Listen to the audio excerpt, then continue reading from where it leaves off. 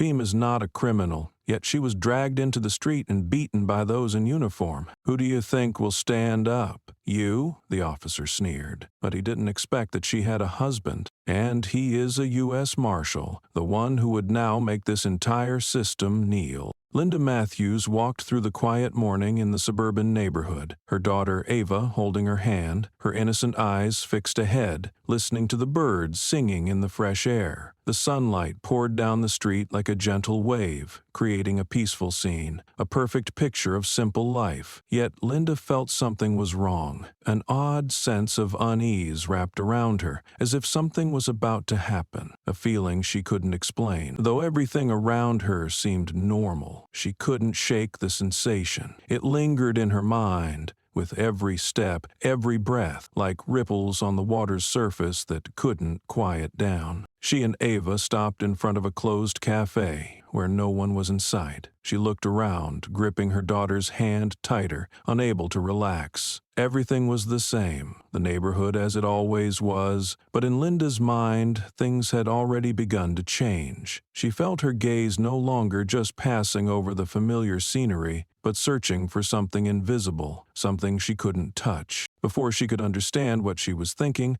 a police car suddenly pulled up next to her. The engine's roar startled her, and Ava squeezed her hand tighter, probably sensing the unease in the air. Two officers stepped out of the car, their eyes briefly scanning Linda before resting on Ava for a moment. They had no reasonable cause to ask her to stop, but as they drew closer, Linda couldn't shake the coldness emanating from them. Officer Brock Turner, with his cold expression, showed no sign of friendliness. "Can you tell me why you're standing here?" he asked, his gaze seeming to probe every movement Linda made. Officer James Keller, standing next to him, looked at her before glancing over at Ava. She felt an uncomfortable sensation rise within her, as if they were judging her, not for her actions, but for the color of her skin. They didn't give any valid reason for stopping her, simply standing there, blocking her, then staring at her as though waiting for something. Linda took a deep breath, feeling the tension rise. She knew that, no matter the reason, she had no choice but to face them. But she couldn't ignore that strange feeling, the subtle racism. She glanced at Ava, whose worried eyes were beginning to show. She quickly smiled to reassure her daughter, but in her heart she couldn't stop wondering why they were approaching her like this. "Excuse me, officers, I'm just out for a walk with my daughter. We haven't done anything wrong." Linda spoke calmly, though with some suspicion in her voice. She didn't want to escalate the tension further, but the sense of injustice in her heart prevented her from staying silent. She asked them to provide a legal reason for stopping her, but instead of a reasonable explanation, Linda was met with an eerie silence from both officers. Officer Turner turned back with a mocking expression, looking Linda up and down with disdain. "You're standing in front of a closed bookstore, and you're wearing a shirt like that?" he said, his voice dripping with contempt. "Another black person in a white neighborhood. How strange." Keller sneered along, his smile anything but friendly, full of sarcasm. "Who do you think you are showing up here?" This statement hit Linda like a punch to the face, making her feel that what she was enduring wasn't just a stop, but an assault on her dignity, an insult, wrapped in the words of those with power. At this moment, Ava clutched her mother's hand tightly, her face full of sadness and fear. Linda felt her daughter's trembling through each small finger. She couldn't stop looking into her daughter's eyes, and in that brief moment, she realized what she had to do. Linda's restraint broke, and a feeling of frustration surged within her. She couldn't let her daughter witness this abuse of power. She couldn't let Ava live in a world where the color of her skin determined everything. "You have no right to treat me like this," Linda said, her voice growing sharper, stronger. "You can't hold me here without a legal reason." She stared directly into Officer Turner's face, unafraid, though still somewhat confused inside. But her sense of self-respect and the desire to protect her daughter made her stronger than ever. She wasn't a criminal, and she wouldn't let anyone turn her into one simply because of the color of her skin. Officer Turner didn't respond immediately, but his gaze began to waver. A few seconds of silence passed, and then he turned back with a cold remark, as if he were trying to threaten Linda. "Be careful, lady. We're just doing our job, but if you keep causing trouble, I won't hesitate to take you to the station." His words were sharp as a knife, meant to cut off any resistance from Linda. Linda felt her anger boil inside her. This was no longer a simple warning,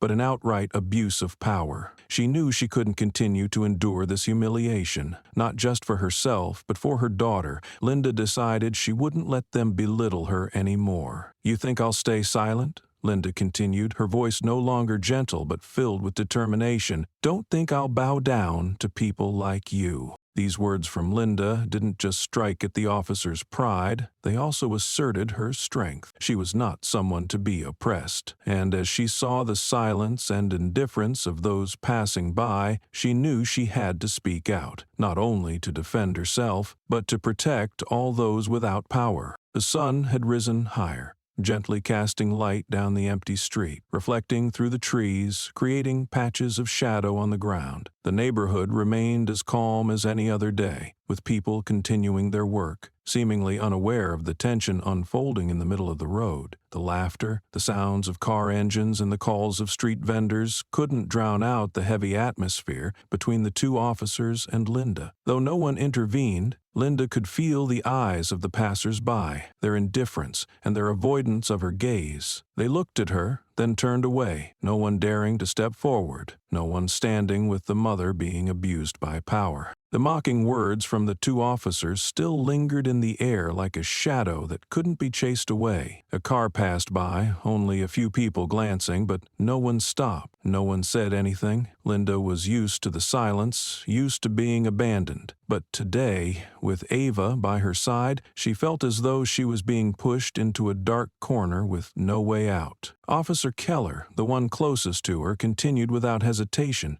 He stepped forward and grabbed Linda's arm forcefully, with no second thought. "Get back to the car," he ordered, his voice cold as if she were a criminal being arrested. The force from him made Linda feel suffocated, as though the weight of the world was pressing down on her. No negotiation, no rights for her. Linda tried to pull her arm away but couldn't, Keller's grip tightening as if he meant to hold her forever. His rough fingers felt like shackles invading her body. "Who do you think you are to act like this?" Officer Turner said, continuing the earlier mockery. He not only looked at her with disdain, but also threw out harsh words. "Someone like you isn't worth our time," he sneered, his sharp gaze seeming to tear apart every ounce of Linda's resolve. His words were not just an insult, but a warning, a humiliation of her very existence as an equal human being. Linda felt as though she was being ostracized, as if she had no right to protection, no right to speak of fairness. She had witnessed police abuse before, but it was always from a distance, with people who weren't her. Now, standing in the middle of the street, she faced the brutal truth that she was just another victim of a corrupt system,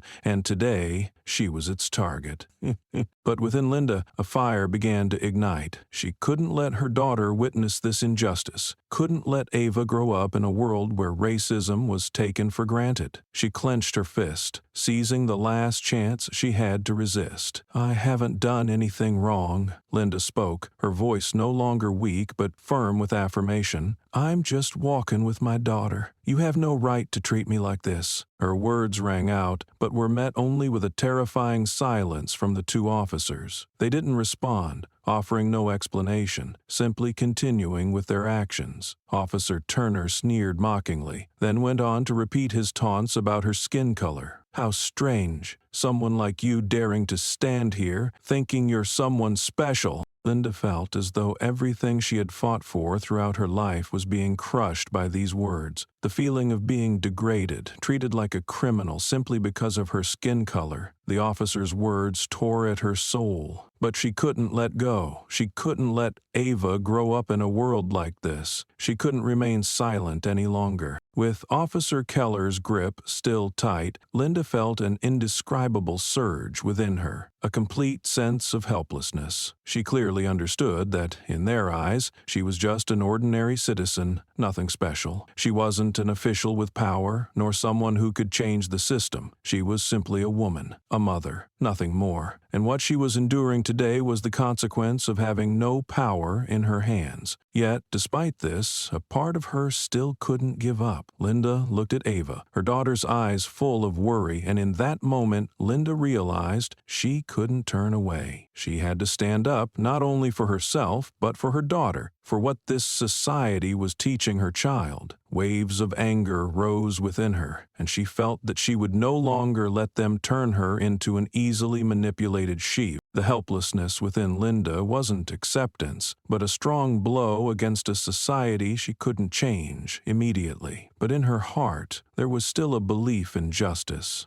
no matter how faint it was. And when her gaze met Ava's, that belief flared up once again. Linda knew she couldn't let this continue. She couldn't let this system keep crushing people like her. The feeling of helplessness was finally replaced by resilience. As Linda faced the officers, she understood she was not just fighting for herself, but for all those who had and were still enduring discrimination, abuse of power, and the indifference of this system. Though gripped tightly, though forced, Linda could not break. She had made her decision, and that decision would never change. The scene on the street gradually became unnervingly quiet, with only the sound of the wind whistling and distant noises from the shops along the road. Linda felt the coldness of silence enveloping her, not from the world around her, but from the people around her. Things had started to escalate, and the steps she took, the steps Ava took, seemed heavier than ever, as if the entire world was rejecting their existence. Eyes were on her, but no one stopped, no one stepped forward. Linda's feeling at that moment wasn't fear of further abuse, but the hopeless loneliness of witnessing people pass by, only looking but doing nothing. A few women walking nearby met Linda's gaze briefly, then quickly looked away, offering no words of comfort, no gestures of encouragement. They continued walking, seemingly unable to see the pain in Linda's eyes, unable to see the injustice unfolding before them. These people, living in this seemingly peaceful world, couldn't understand the suffering Linda was enduring. She was a mother, a woman facing abuse of power, but to the passers-by, she was just part of the social picture they didn't want to be involved in. Linda could feel the silence surrounding her like a cold shell, as if she had no right to demand fairness, no right to be helped. She had stood there, enduring the insults and coercion from the police. But now,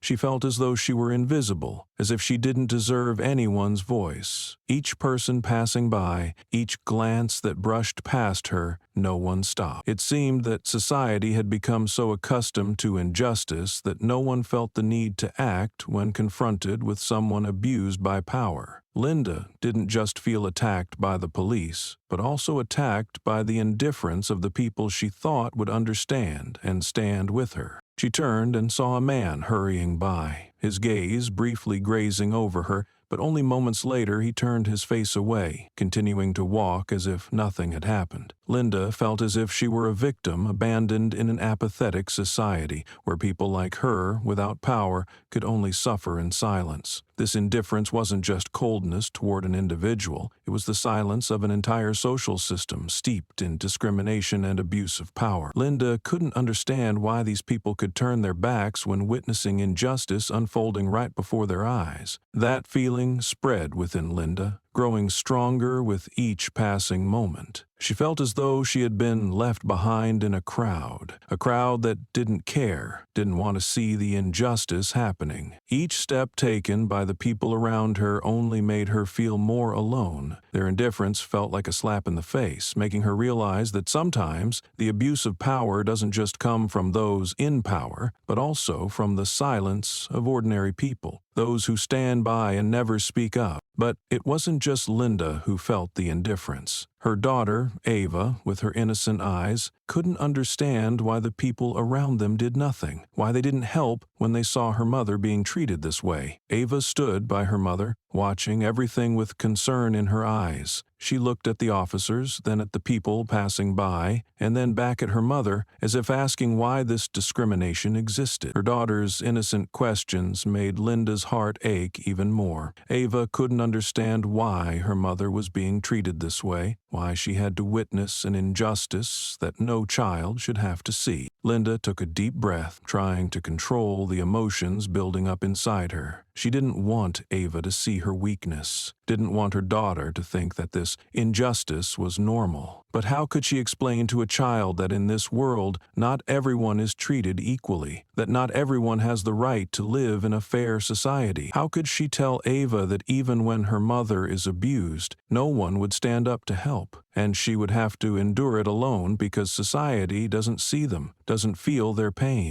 Ava looked at her mother with innocent eyes, not understanding why the people around them didn't speak up, didn't help. She didn't know that this society still held hidden barriers, discriminations that a child like Ava couldn't fully understand. But Linda understood, and that was what hurt her more than anything. Her daughter would have to grow up in a world where the color of her skin could determine how others treated her. Linda couldn't change the past, but she couldn't let Ava grow up in a world where indifference and racism were accepted as normal. She looked into her daughter's clear eyes, trying to smile, but couldn't hide the growing disappointment in her heart. Linda wasn't just pained by the discrimination she was facing, but by the fact that she couldn't protect Ava from a world she couldn't change. But in that moment, Linda decided that this would not be the end of her daughter's life. She would fight for Ava, for a fairer world, no matter how indifferent society may be. The laughter and calls of the people passing by still echoed, but Linda felt a silence settle deep within her. She didn't need them to speak up. She only needed her daughter to understand that no matter how indifferent this society became, she would not stay silent, and she would not let this injustice continue to exist. A sleek black SUV slowly made its way into the neighborhood, the sound of its wheels rolling evenly over the quiet road, breaking the thick silence that had enveloped the street. Though the engine's noise wasn't loud, it was enough to draw the attention of those around, and in that moment, it seemed as if everything stopped. Linda looked up and saw the black SUV come to a halt at the end of the street, and in that brief moment she realized the arrival of the car wasn't a coincidence. She knew who it was. She knew he would come. Ray Matthews, her husband, was a U.S. Marshal. He stepped out of the car with the demeanor of a man accustomed to power, a man who didn't need to speak much to make others take notice. He stepped out, his gaze fixed on the officers standing near Linda. A different sensation filled the air. Normally, a man like Ray might just be an ordinary citizen, but in this moment, he brought something that surpassed the authority of the officers in charge of the situation. The moment Ray's feet hit the ground, he saw the clear scene. Linda was being restrained by two officers, and she had no way of escaping. His eyes didn't waver, but only showed sharp decisiveness. He didn't speak immediately, but with just a few steps he got closer, and in his hand, the U.S. Marshal badge was held up clearly, an unmistakable symbol of authority. The shiny silver badge gleamed in the sunlight,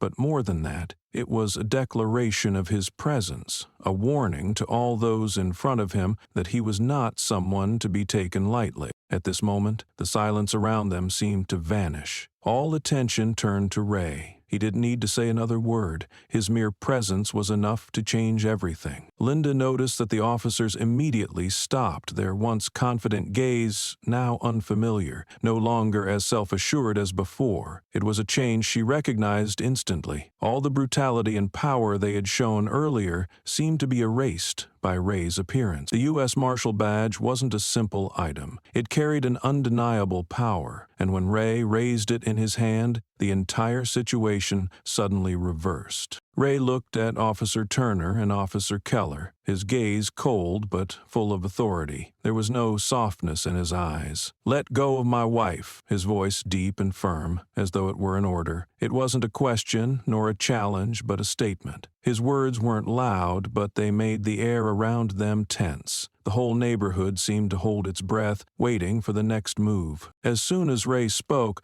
both officers seemed abruptly interrupted, unable to continue acting toward Linda the way they had before. The U.S. Marshal badge in Ray's hand was a clear threat to them, and faced with an authority they couldn't deny, they stood frozen. Linda couldn't help but feel the change in the air. The officers, who had treated her as if she were worthless, now had to face someone who was not just an ordinary citizen. They couldn't continue to act strong or arrogant in front of someone like Ray. The confusion and threat from him forced them into a situation they couldn't control. Officer Turner, who had previously been haughty and mocking, now stood silently, unsure of what to do. He didn't dare speak, didn't dare oppose Ray's strong words. In Turner's eyes, Linda wasn't a victim to be protected, but when Ray appeared, Turner realized he was facing someone with more power than his own authority. The taunts he had uttered now seemed meaningless, childish, like a kid trying to match wits with an adult. Officer Keller stood still, his eyes shifting, unsure whether to continue in his role as an enforcer of justice. What he had done, the actions he thought were right, now faced an undeniable truth. When Ray raised the U.S. Marshal badge, something inside him, inside both officers,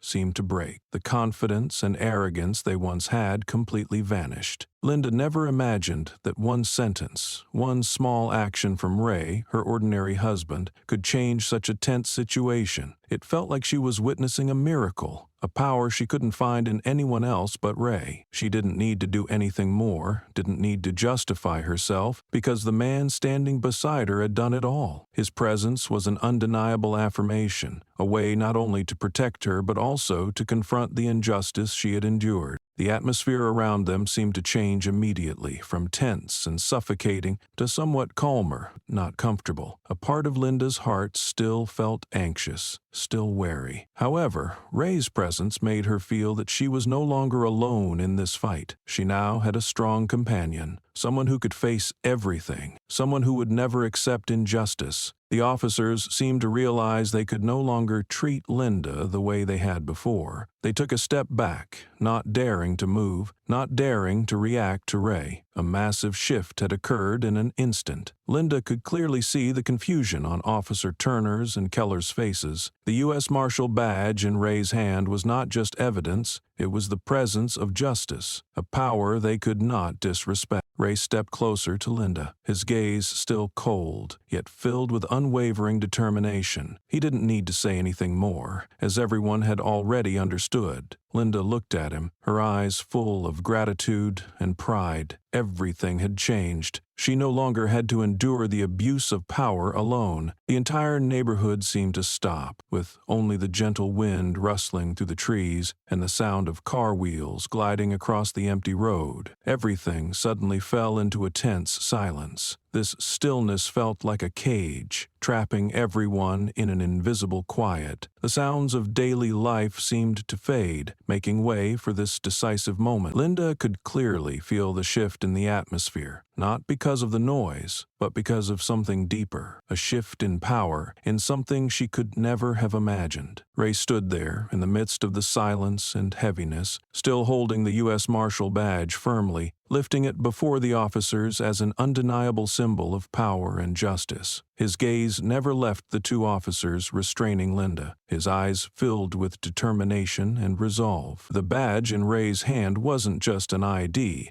it was a statement of the power he held. Power not only from enforcing justice, but from the ability to turn the situation around. Something the officers might never have anticipated. Ray's presence wasn't just that of a husband wanting to protect his wife, but a representative of justice confronting the injustice head-on. Ray looked directly at Officer Keller and Turner, unfazed, unshaken. "If you don't release my wife," he began, his voice calm yet sharp as a knife, "I will ensure that you will never work in this field again." Ray's words echoed, but without any loud shouting or threats. They were a powerful declaration, making everyone realize that his presence wasn't a challenge, but a certainty that would change everything. With those quiet words, Ray delivered a shock large enough to stop not only the officers, but also the witnesses. Officer Keller and Turner, who had once been confident in their power, could no longer resist. Keller, whose fingers had once gripped Linda's arm,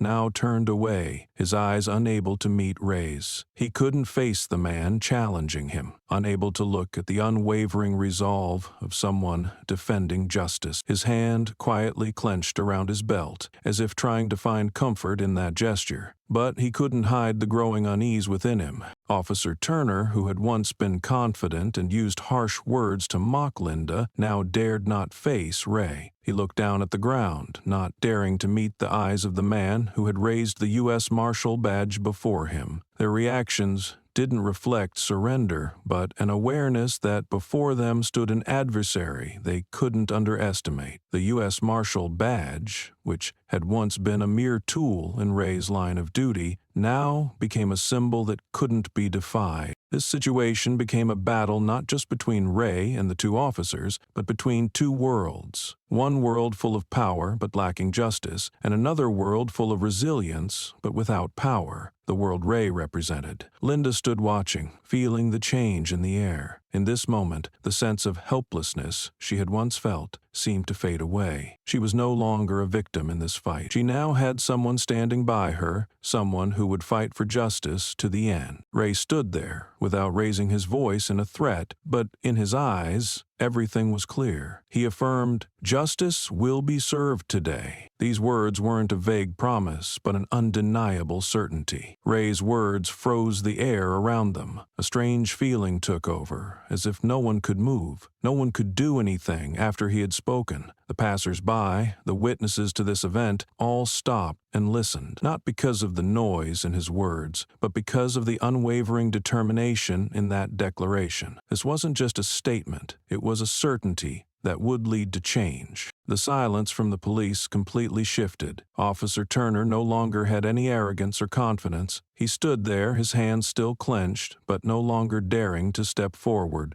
no longer daring to argue with Ray. The fear, the recognition of Ray's power had left him frozen, unable to resist. Both Keller and Turner, though not speaking, could do nothing but stand still, waiting for a change they couldn't stop. The witnesses, who had once been indifferent to the situation, now looked at each other, not daring to speak. They realized this was not a confrontation between an abused wife and police officers. This was a confrontation between true power and the indifference they had grown used to. Ray Matthews didn't need to shout, didn't need to make a scene. He only needed to be present, and change had begun. Justice wasn't something abstract. It wasn't a theory or a distant belief. Justice was the proper application of power at the right moment, and Ray Matthews had done just that. Linda looked at Ray not only because he was her husband, but because she realized that justice wasn't something distant. Justice could be enforced right here, in this very moment, when someone stands up to protect what is right. And she knew that with Ray by her side, injustice could not last for long. Shortly after the tense incident on the street, an unidentified bystander captured the confrontation between Linda and the police on their cell phone. Though this wasn't the first time such an event had occurred elsewhere, it was the first time it was clearly recorded and easily shared with the entire world. Immediately, the video was posted on social media platforms, and within hours it garnered millions of views. Everything seemed to explode instantly. It was no longer just a story about a black mother facing police brutality, but a story of justice, resistance, and the power of social media in exposing the truth. People began sharing the video at a rapid pace.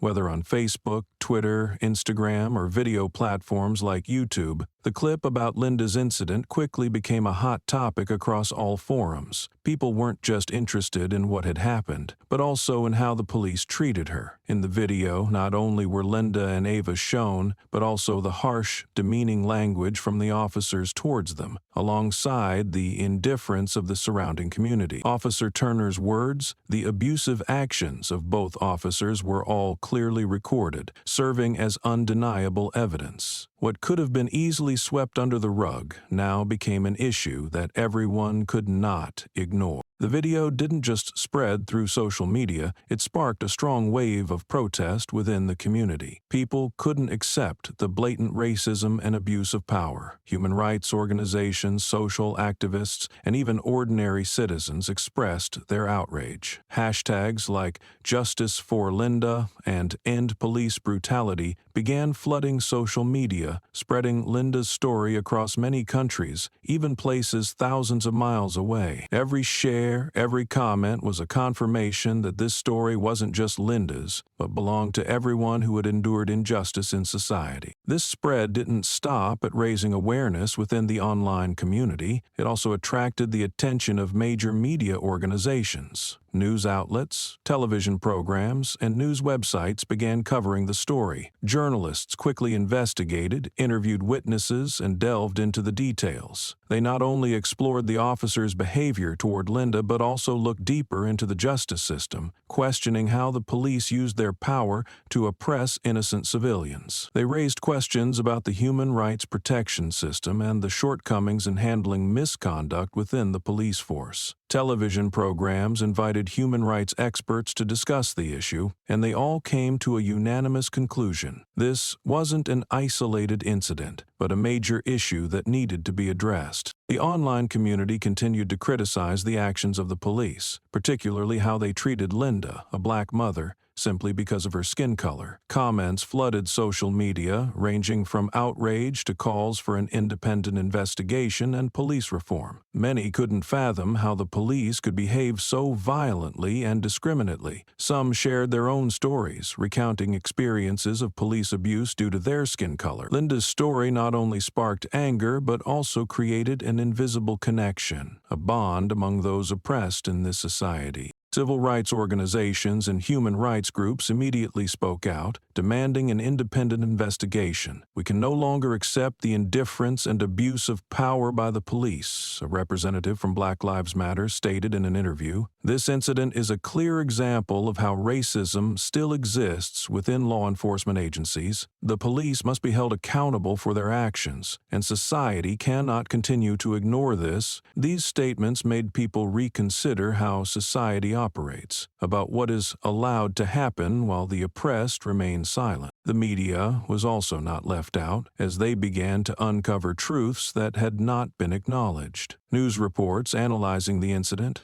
debates on police power, and questions about how to reform law enforcement quickly became top topics of discussion. People paid attention not only to Linda and her daughter, but also to the system that allowed such actions to continue without punishment. Protests and civil discussions grew stronger, not only in the U.S., but across the world. The police system, long accustomed to treating people like Linda this way, could no longer easily return to its old ways. Shortly after, international human rights organizations also spoke out. They called on the U.S. government to implement specific measures to address racism in the police force. "This is a global issue," an official from Amnesty International stated. "Every day, thousands of people like Linda face this injustice, and this cannot continue." These words quickly spread, creating a strong wave of calls for action. The evidence from the video and media analyses turned this story into a revolution, not just a story of a mother facing abuse of power, but a story of all those fighting against injustice, racism, and an imperfect justice system. Linda and Ava had unwittingly become symbols of a larger fight, the fight for justice, for equality for all citizens, regardless of race, gender, or background. The online community and civil rights organizations didn't stop at just criticizing. They began to take action. Protests spread everywhere, from large cities to small communities, all calling for a real change in how law enforcement operates. People could no longer ignore these issues. Social media and the press helped turn Linda's story from a single event into the voice of millions around the world. And as these discussions unfolded, Linda and Ray realized something clear. Their fight had only just begun, but they would never back down. The story of Linda and the police abuse quickly garnered attention from the media, not only at the local level, but also nationally. Reporters and journalists from major television networks immediately recognized that this was not just a personal incident, but a larger issue reflecting a problematic system. From the moment the video spread, it quickly became a hot topic in all forms of media. Major newspapers, television programs, and radio stations continuously covered the story. Stories about police abuse, racial discrimination within law enforcement, and justice issues were featured on the front pages of major newspapers, discussed in live interviews and on news programs. This not only highlighted Linda's story, but also sparked a broad debate about the workings of law enforcement and the serious justice issues in society today. From morning shows to evening news broadcasts, Linda's story and the officers involved became the center of attention. Reporters relentlessly asked tough questions about racism in the police force, how the department handled abuse of power, and whether there was a cover-up in similar cases. How can such actions be tolerated in a modern society? Do these officers truly deserve the power they hold? One reporter asked in a live interview with a police official. These questions not only forced officials to confront the truth, but also made the public feel threatened by the irresponsibility of those who enforce justice. The story didn't just raise concerns about a personal incident, but served as a warning about the urgent need for police reform. The media's response didn't just stop at reporting the facts, but also offered blunt criticism. Interviews with human rights experts and social activists highlighted the reality that such actions were not isolated incidents. They were the result of a system that had existed for too long without proper oversight and accountability. This system has failed to protect citizens, especially those from minority groups, one human rights activist stated in an interview. These strong criticisms quickly captured the public's attention, further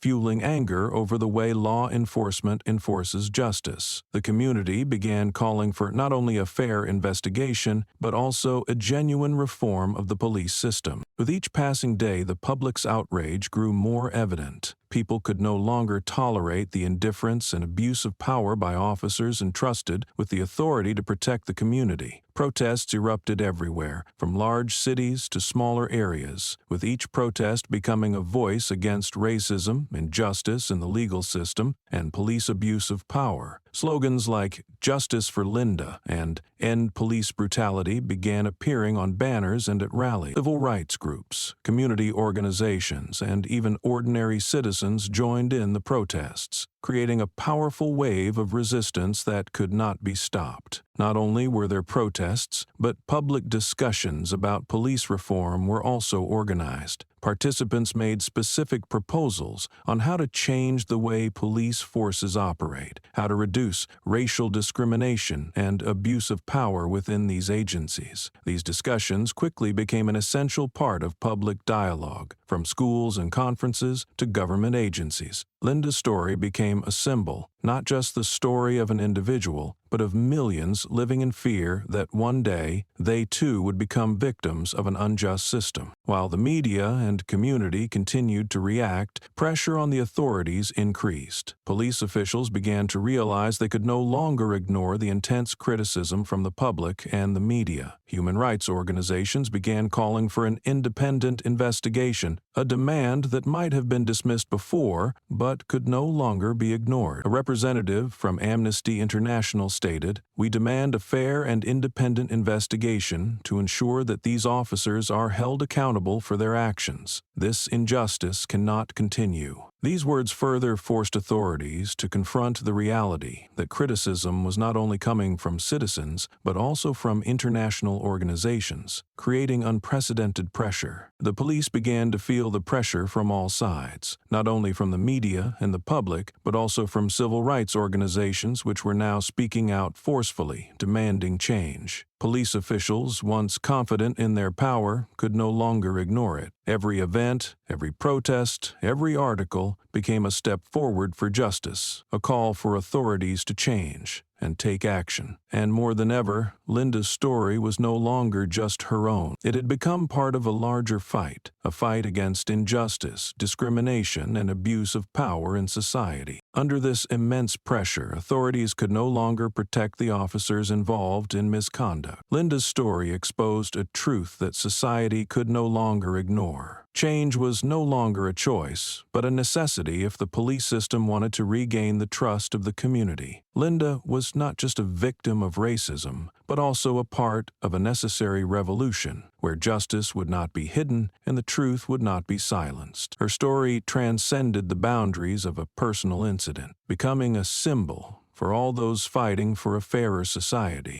Immediately after Linda's story and the police abuse became the focal point of attention, authorities began conducting an official investigation. Despite the immense public opposition and pressure from the media, this investigation was not easy. Everything was dominated by a long-established system where the police were often protected by those at the helm of law enforcement agencies. However, this time, the undeniable evidence could not be ignored, and videos and testimonies from witnesses began to uncover a truth that could no longer be concealed. The images from the videos showing the police forcing Linda, Officer Turner's harsh words, and the indifference of the community were all captured and became powerful evidence against the officer's misconduct. The videos quickly spread across social media platforms and news outlets, and the scenes were not just moments of tension between a mother and the police. They became a significant event, a warning about abuse of power and racism in society. Every frame of the video carried a strong message. When Linda was treated like a criminal simply because of her skin color, those actions reflected an issue not limited to her treatment,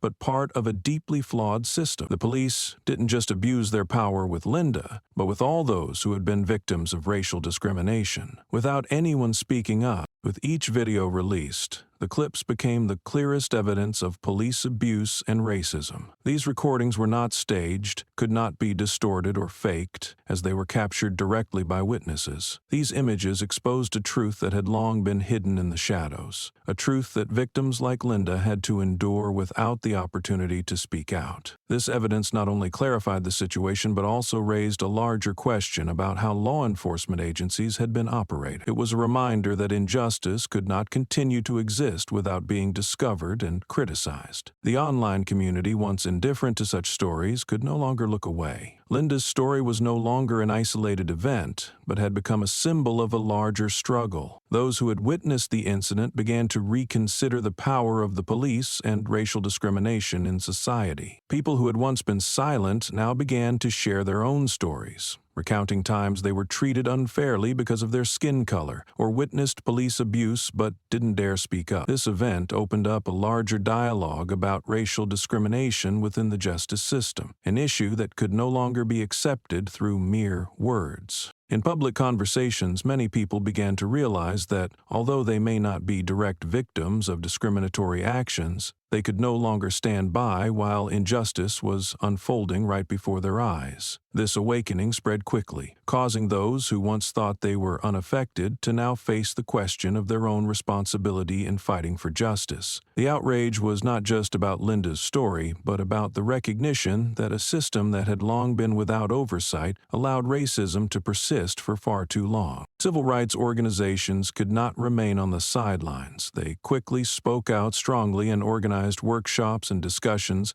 about how to reform law enforcement. Organizations like Black Lives Matter, the ACLU, and other human rights groups seized the public's attention to push for measures that would protect justice. They demanded an independent investigation, a comprehensive reform in police recruitment, training, and oversight. These workshops not only criticized but also proposed specific solutions, such as changing police training methods, strengthening oversight, and ensuring that abusive behavior would no longer go unaddressed. A strong response from civil rights organizations created an unstoppable wave. Calls for reform were repeated in protests, official meetings, and public discussions. We can no longer accept racism in the justice system. Actions like this must stop, a representative from the ACLU said in an interview. Such statements created immense pressure on the government and authorities. Linda's fight had become part of a larger battle, a battle in which everyone recognized that the change needed wasn't just for one isolated incident, but for a system that had existed for too long. Under the pressure from human rights organizations, the online community, and public opinion, police officials could no longer protect their colleagues' misconduct. Linda's story not only made people recognize the injustice, but also opened the door for change. The police and law enforcement agencies could no longer avoid responsibility. Protests continued, Discussions never stopped, and Linda's story remained a reminder of the change society needed to make. In a just society, injustice could not endure, and Linda, though just a black mother, had become a symbol of the fight for justice for all who are oppressed and discriminated against.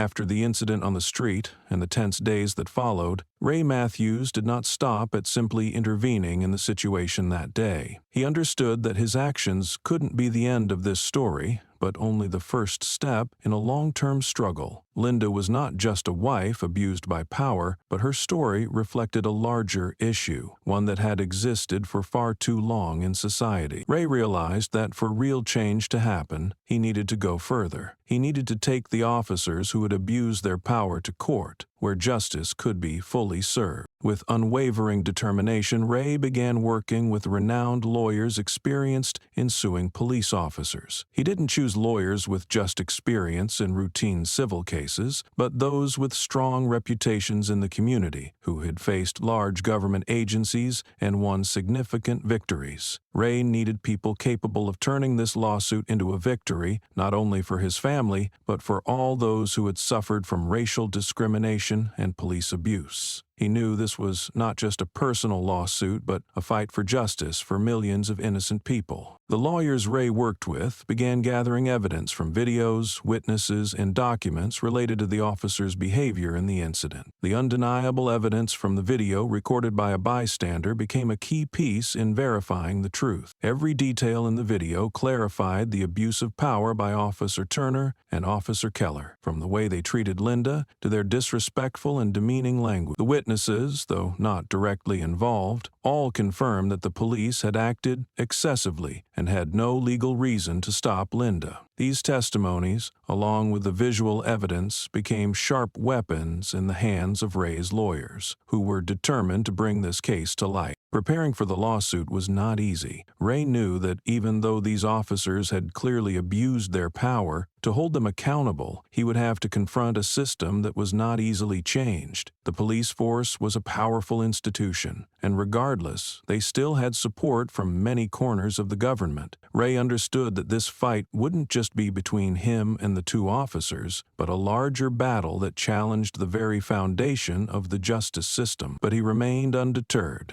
because he knew that this abuse of power couldn't continue. He couldn't allow those in power to misuse it with impunity without facing consequences. One of the biggest challenges Ray faced was the lack of support when dealing with the police protection system. Although civil rights organizations and the community strongly stood behind Linda, taking the police to court was no simple task. These officers not only had protection from the system, but also had the backing of officials in the government. Efforts to expedite the investigation were met with numerous obstacles. However, Ray did not give up. He was determined to pursue the lawsuit, not just for his wife, but for the justice of all those oppressed. He knew that if he didn't take action, no one else would do it for him. Ray spent countless hours working with lawyers, studying legal precedents, and figuring out how to deal with the protection the police might receive. Linda's story had forced the community to take a serious look at racism within public institutions, and now Ray would lead this fight. He knew that,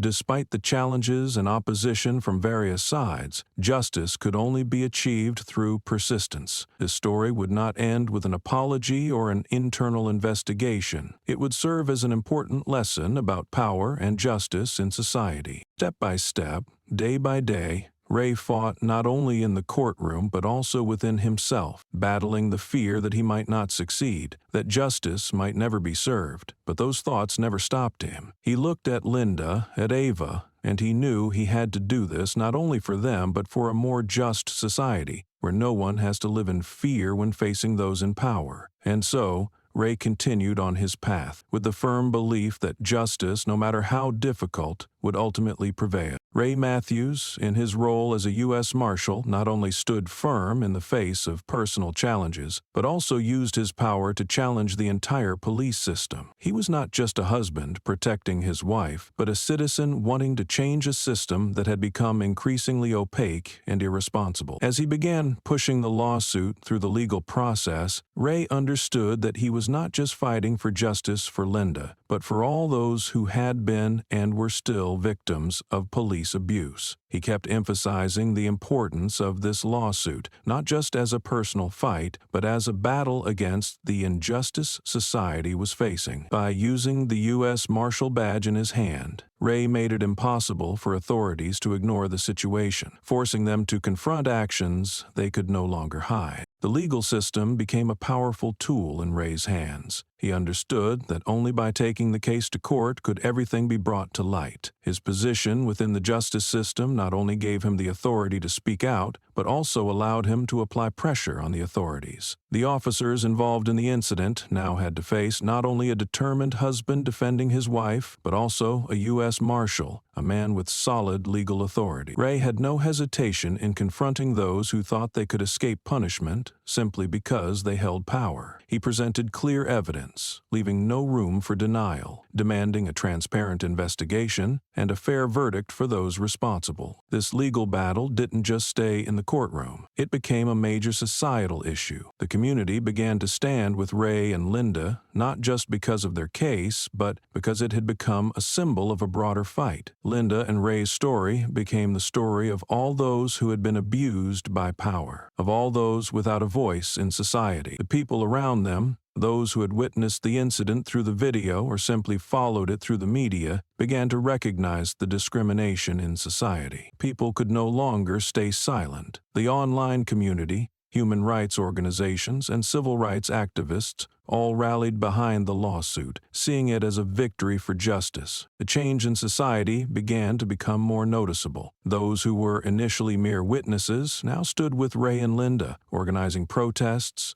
writing letters to the authorities, and demanding real action. Their story not only made people angry, but also sparked unity within the community. The community was no longer just standing by as observers. They had become part of the fight. The protests, letters, and articles supporting Linda's lawsuit served as a clear declaration. Injustice could no longer persist. Justice had to be served, and people like Ray, those who dared to stand up against the system, would always have support. Finally, after months of preparation, the lawsuit Ray Matthews had filed for his wife was officially brought to court. The trial took place in a tense atmosphere, full of pressure, with the entire community watching every development. Reporters, journalists, and concerned citizens filled the courtroom, creating a space where it wasn't just a battle between Ray and the two officers, but a fight for justice, for a fairer society. The courtroom became the place where all eyes and all questions were focused on the officers, demanding they explain their actions, and more importantly, to see if they would be held accountable. Every word, every argument in this trial carried deep meaning, not only for Ray and Linda, but for all those who had been overlooked and unjustly treated by this system. Ray walked into the courtroom with a determined demeanor, unafraid. He knew this was a fight he could not lose. Facing a system full of power, Ray did not back down. Instead, he felt even more clearly the responsibility he had in this struggle. The trial began with statements from the judge, followed by the presentation of the lawyers. But when it was Ray's turn and his legal teams to present their case, all attention was on them. Not because they were famous, but because of what they were bringing to the court: strong, undeniable evidence. Ray was not just a husband protecting his wife. He was representing a larger fight, a man who would not accept abuse of power under any circumstances. Throughout the trial, Ray and his team of lawyers presented irrefutable evidence, proving that the actions of the officers were not just a single mistake, but a serious violation of citizens' rights. The videos capturing Linda's illegal detention, the demeaning language, and the officers' indifferent attitudes when they abused their power were all brought to light. These details could not be denied. This evidence not only exposed the wrongdoing of the two officers, but also revealed the indifference of a system accustomed to protecting such misconduct within its ranks. Ray not only presented visual evidence but also brought forward testimonies from witnesses, those who had seen the incident and were ready to testify. Each testimony, every video clip, and every statement from those present that day further highlighted the truth about police abuse of power. Ray's lawyers pointed out that the actions of Officer Turner and Keller were not just simple abuse of power, but serious violations of the rights and dignity of a citizen. They didn't just treat Linda as a criminal, they violated her basic human rights that every citizen should be entitled to. Every detail in this trial was presented to prove one thing: these officers were unfit to hold the positions they occupied. Their words and actions were unacceptable in a fair society, where everyone has the right to be treated with respect and justice. Ray continually emphasized that without his intervention, Linda would have simply been one of the many forgotten by this system. But he was not only fighting for his wife, he was fighting for all those who had been unjustly treated, for all the victims of racism and abuse of power, who had no one to speak up for them. Ray and his legal team's presentation forced everyone in the courtroom, from the judge to the witnesses, to reconsider the actions of the police. The strong evidence and powerful testimonies created a shockwave throughout the entire community. Finally, the injustice that Linda and millions of others had endured could no longer be ignored. This was the moment when justice would be served, when the justice system had to stand up and take responsibility for past wrongs. Ray was not just representing Linda, he was fighting for everyone who had been treated unjustly by those responsible for protecting them. As the trial continued, the eyes of everyone in the courtroom were not only focused on those standing before them, but also on a future where abuse of power could no longer persist. Linda and Ray's story had become a lesson for society, for everyone who believed that justice would never be concealed, and that no matter how powerful the system, justice would ultimately prevail. The preliminary results of the trial were quickly announced, leaving everyone in the courtroom, as well as the watching public, stunned. The two officers involved in the incident, Officer Turner and Officer Keller, were immediately suspended. This decision was not only a preliminary victory for Linda and Ray, but also an important milestone in the fight against abuse of power within law enforcement. Both officers, who had committed undeniable wrongdoings, now had to face the consequences of violating the basic principles of their profession. However, the suspension was only the beginning. It was the first sign that the justice system could stand up and address unacceptable behavior within law enforcement. Society began to view this incident as a major lesson for the entire police force. It wasn't just the officers at fault who needed to be held accountable. The entire system had to face change. It was time for the police force to reflect on their actions, instead of continuing to conceal mistakes or protect those who abuse their power. This was a strong signal for police reform, an opportunity for society to prove that no one, not even law enforcement officers, is above the law. The actions of Turner and Keller not only harmed individuals, but also eroded public trust in law enforcement agencies. For this reason, the decision to suspend them was an important step that opened the door for change within the industry. The public's reaction to this event was swift and widespread. Linda and Ray's story, once a personal matter, became a symbol for a larger movement. The suspension of the two officers was not just a legal victory, but a powerful message to society that racism and abuse of power could not persist. Public opinion not only criticized the officers' actions, but also demanded stronger reforms in how the police operate. Human rights organizations, social activists, and even ordinary citizens began using this event as a foundation to fight for justice and equality. Protests and public discussions about racism in law enforcement seemed to have no signs of stopping. The incident became a symbol for the ongoing efforts to combat racism, not just in the police force, but across society as a whole. The community began to clearly understand that change was necessary and could not be delayed. Victims of discrimination,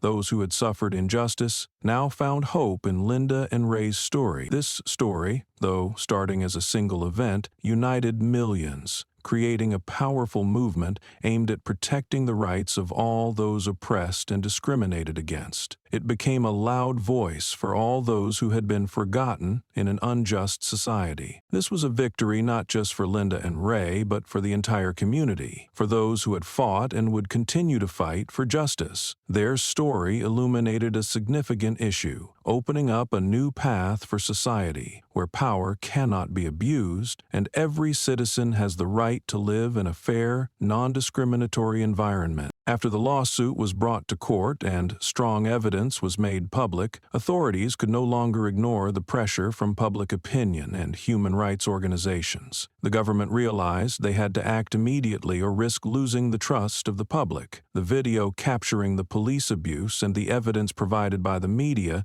not only sparked a wave of opposition within the community, but also exerted significant pressure on the authorities. This event was no longer an issue of an individual, but a societal problem. To maintain credibility and trust in the justice system, an official investigation into the behavior of the involved officers was mandatory. Police leadership quickly organized an internal meeting to discuss the incident and develop a response plan. This emergency meeting took place in a tense atmosphere, with officials and commanders facing immense pressure from social organizations, the press, and even the government. Public criticism and the widespread dissemination of information through media channels made it impossible for anyone to ignore. In the meeting room, police leaders could not deny that this incident was not just an isolated occurrence, but a serious crisis of trust within the department. Issues of racism within the police force, although long-standing, had now been brought to light. The question was whether the truth could still be concealed. Some in the police force began to feel uneasy about the consequences of this incident. Senior officials who were used to managing and controlling situations now felt insecure. They knew this lawsuit was not just a legal battle, but a confrontation with a system of power that had been deeply rooted in society for too long. Every decision in this meeting could change the outcome and directly impact their careers. Some officials were concerned that if they didn't handle the case properly, they would face unforeseen consequences. Any lack of transparency in the investigation process would only worsen the situation, further eroding public trust in the police system. This led to a division within the meeting. Some officials felt that a decisive solution was needed to bring the matter to light and handle it transparently. They realized that if they did not act properly, the police force would not be able to maintain its credibility in the eyes of the public. Another group feared that a public investigation would damage the image of the police force, especially as issues of racism were becoming a hot topic. These individuals believed that, if possible, the matter should be handled internally without allowing the lawsuit to escalate, as it would harm not just the officers involved, but the entire department. The tense debate dragged on, and while the police leadership had not yet reached a consensus, one thing had become clear. This incident had backed the police force into a corner. Every action from here on out would be under intense scrutiny from the public and independent oversight organizations. There was no turning back for those within the force anymore. Every decision could spark uncontrollable reactions, and they could no longer remain silent or ignore the situation. Every mistake from now on would be exposed, and those who continued to protect wrongdoing would face judgment from the community and the law. While the internal meeting continued, public opinion and human rights organizations pushed for an independent investigation, demanding real changes in how the police operated. Not only Linda and Ray, but society as a whole was questioning whether the system was truly just and whether it had the necessary tools to handle misconduct within law enforcement. The answer would affect not just the officers involved, but also the public's trust in the legal system and law enforcement agencies. As the official investigation began, officers Turner and Keller quickly realized that the situation they were facing was not as simple as they had imagined. Previously, they had always been protected by the system and their superiors in the department, but now everything had changed. The questions from their superiors and investigators were now directed at them. The officers under investigation could not avoid the intense scrutiny. Every move they made was watched. Every word they spoke was recorded. Fear began to engulf them. They realized there was no longer an opportunity to cover up or hide the truth. All they could do now was face the truth, a truth they could no longer deny. The ongoing public criticism made them feel trapped in a narrow cage with no way out. Both officers now faced a significant shift in their mindset. Once, they held power in their hands, able to control every situation. But now, they were the ones under investigation, and they knew nothing could protect them. The confusion was becoming more evident in their eyes. Turner and Keller, who were used to being in control, now felt weak, their confidence shattered. The fear they felt was not just from the possibility of being found guilty, but also because they realized that the entire system had turned its back on them. The crowd, the press, civil rights organizations, and even their colleagues in the force were no longer on their side. Every gaze became judgment, and they had no place to hide. Turner and Keller knew that no matter how hard they tried to justify themselves or avoid the truth, it would eventually be exposed. The situation quickly shifted as oversight and investigative bodies were no longer passive tools, but began to take strong action.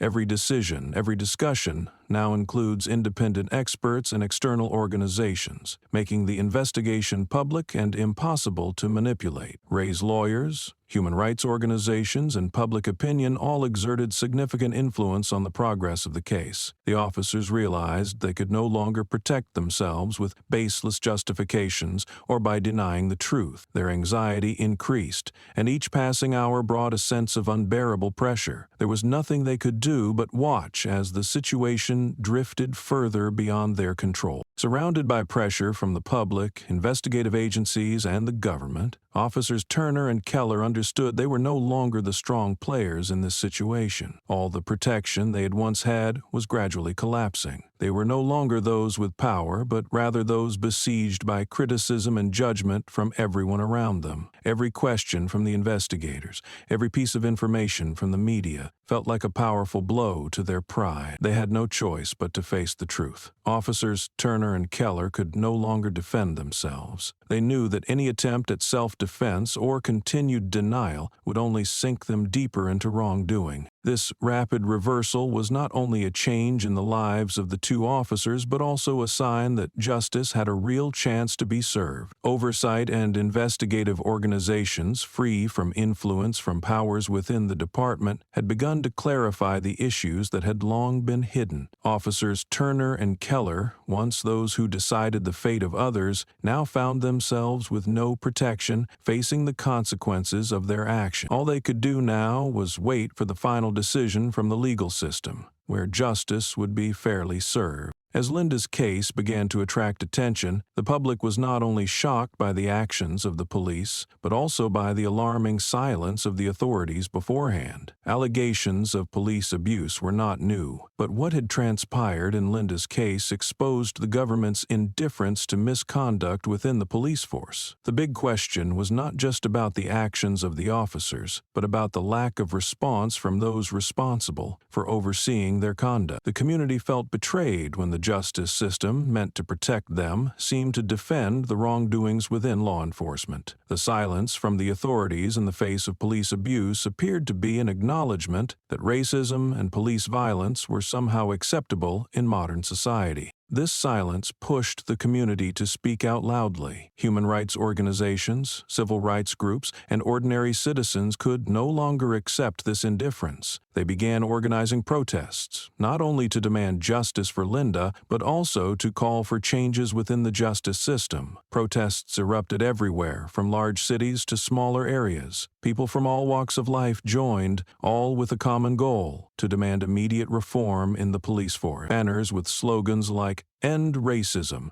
and "Reform the Police Now" appeared everywhere, in marches and public rallies. Each protest forcefully called for transparency in the investigation and accountability for police misconduct. The online community was also part of the movement. Social media posts, videos, and comments from people everywhere highlighted the public's outrage over the actions of the police. Every share, every comment expressed the rejection of racism in the justice system. The public was not just protesting police misconduct, but also demanding that authorities take action. Civil rights organizations like Black Lives Matter, the ACLU, and human rights groups called for widespread reform. including changes in police training and oversight. All agreed that only strong reform could prevent such abuses from recurring in the future. Protests were not only happening on the streets but also on social media platforms, where stories of racial discrimination in the police force were shared widely. Public outrage seemed endless. People felt it was time to act, that they could no longer just talk or ignore the mistakes in law enforcement. The voices from the community, human rights organizations, and citizens demanding change created a powerful wave that pushed the authorities to face the truth. Justice could no longer be delayed, and injustice could not continue in a society where every citizen had the right to be protected. From the protests demanding justice for Linda to the articles and public discussions on police reform, all these are signs that change is on the horizon. The crisis of trust in the police force is not just Linda's issue, but one that concerns society as a whole. The public has now realized that change is inevitable, and they are the ones who must rise up to push for it. The social resistance began to intensify as civil rights groups, the Black community, and civil organizations collectively demanded that police officials be held accountable for their misconduct. Those who had witnessed police abuse could no longer stay silent. Protests continued across cities, and the social community began to rise strongly, calling for sweeping change. They organized public dialogues on police reform, urging the government and authorities to listen to the people's voices. People were not just stepping out to protest the actions of the officers, but to demand a more transparent and fair police system, where there was no room for racism or abuse of power. Human rights organizations and civil rights groups affirmed that police officers could not be above the law, and they called for immediate reforms to prevent similar incidents from happening again. The online community was also part of the movement. Posts, videos, and calls for reform were constantly shared and discussed on online platforms. Discussions about the need for police reform were not only happening in street protests, but also in community meetings, online forums, and television programs. The community began to realize that these abuses of power couldn't be limited to personal criticism, but required a major shift in how the police force operated. From ordinary citizens to social activists, everyone agreed that now was the time for change, to hold those responsible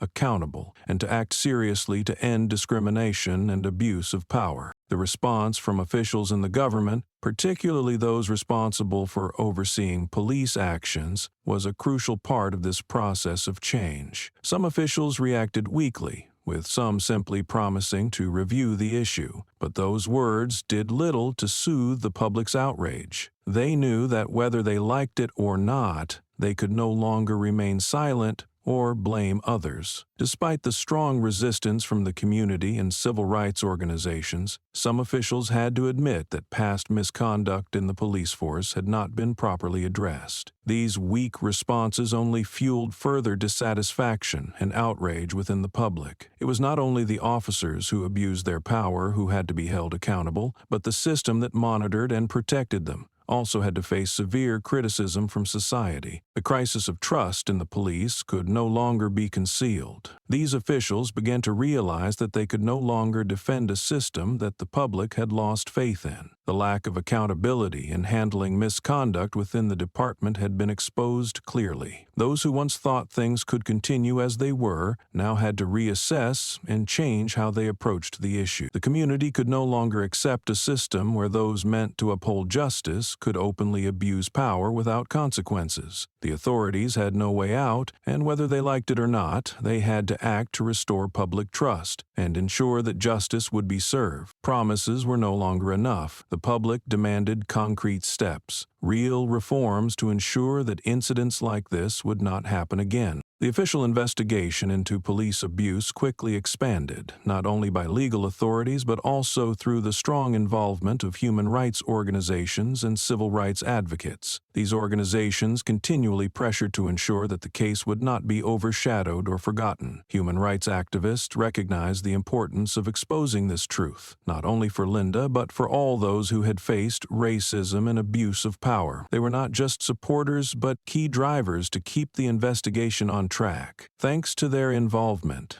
evidence of police misconduct was brought to light clearly and transparently. Videos, witness testimonies, and reports from independent oversight organizations fully exposed what had been hidden before. As this evidence was made public, people began to realize the seriousness of the issue. Reports of racial discrimination within the police force, illegal traffic stops, and violations of citizens' rights by the police were no longer just stories heard secondhand. They had become undeniable evidence. Investigations from oversight organizations went beyond gathering video evidence. They delved into the daily actions of the police. The officers not only acted wrongly in Linda's case, but in many other instances, actions that had either gone unnoticed or were not handled seriously for a long time. What was particularly significant was that the officers involved not only mistreated Linda, but also had a long history of abuse of power and racism. Illegal traffic stops, where officers stopped and searched citizens without a clear cause, had become commonplace in the area. Reports from citizens, stories that had never been heard before, were now being brought to light. Victims of racism within the police force began to step forward, willing to testify and provide first-hand accounts of police misconduct. They no longer feared speaking out because they knew this case would spark significant change in the justice system, a change they had never dared to hope for before. Investigators, along with oversight groups and human rights organizations, relentlessly gathered all related information. Police misconduct was not only documented in videos, but also corroborated through reports from lawyers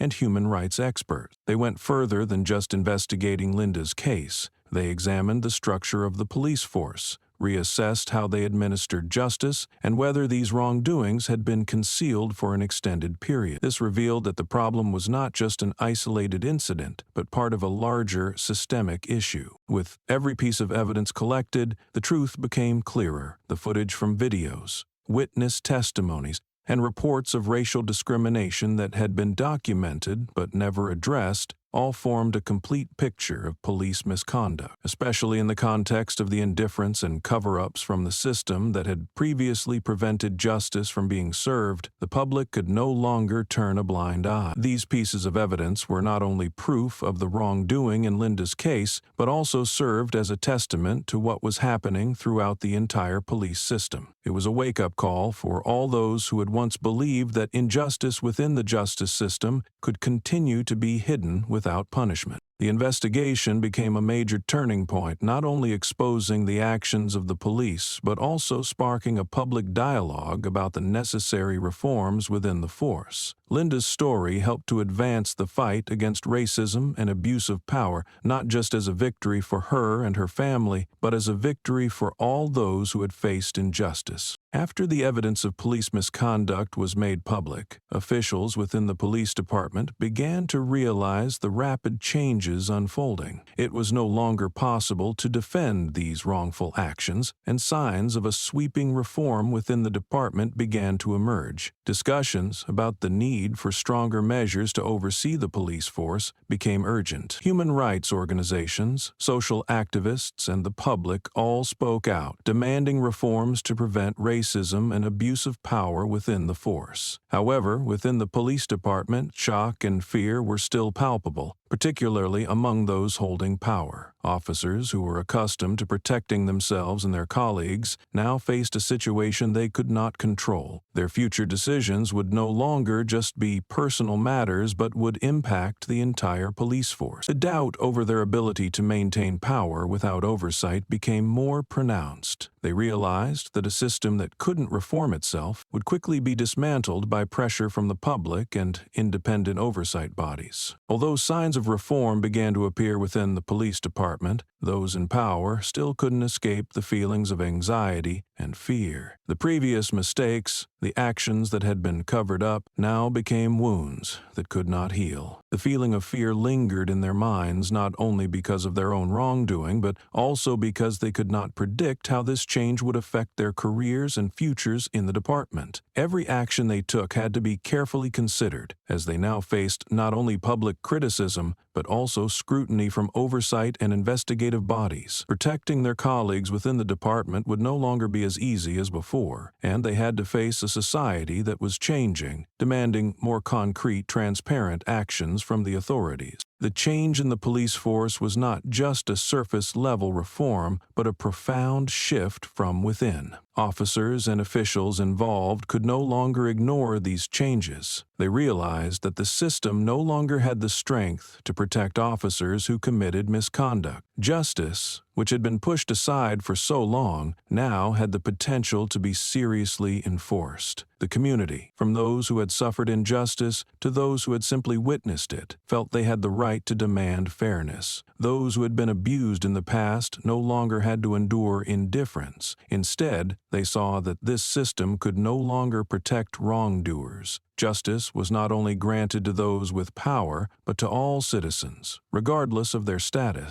The community began to feel this change not only through protests, but also through public dialogues and specific reform actions. Human rights organizations, civil groups, and even ordinary citizens began to realize that the fight for justice was no longer an isolated task, but one that belonged to everyone. The community slowly came to understand that the police force could no longer act freely without being subject to oversight. Officers who had committed misconduct no longer had a place to hide. And although full justice was still difficult to implement, it had begun to become a reality. After the event occurred and became public, Linda's family was determined not to stop but to continue pursuing the lawsuit to the fullest. With support from civil rights organizations, the community, and other supporters, Ray Matthews and Linda decided to officially expand the lawsuit to court. Bringing the case to light was not only to seek justice for themselves, but also to assert that abuse of power and racism within the police force could no longer be tolerated. Ray, as both husband and representative of the family, relentlessly worked with renowned attorneys in the field. He focused on ensuring that the officers who had committed misconduct would be fairly tried according to the law, and that they could no longer protect the wrongful actions they had carried out. Ray understood that this was not just a matter for an individual or a family, but a fight for justice and fairness in society as a whole. With the support of professional lawyers, Ray began collecting strong evidence. From videos recording police misconduct to reports from witnesses. These irrefutable pieces of evidence helped strengthen Ray's argument that the police had violated human rights and acted wrongly in a clear manner. However, what Ray worried about was not the sufficiency of evidence,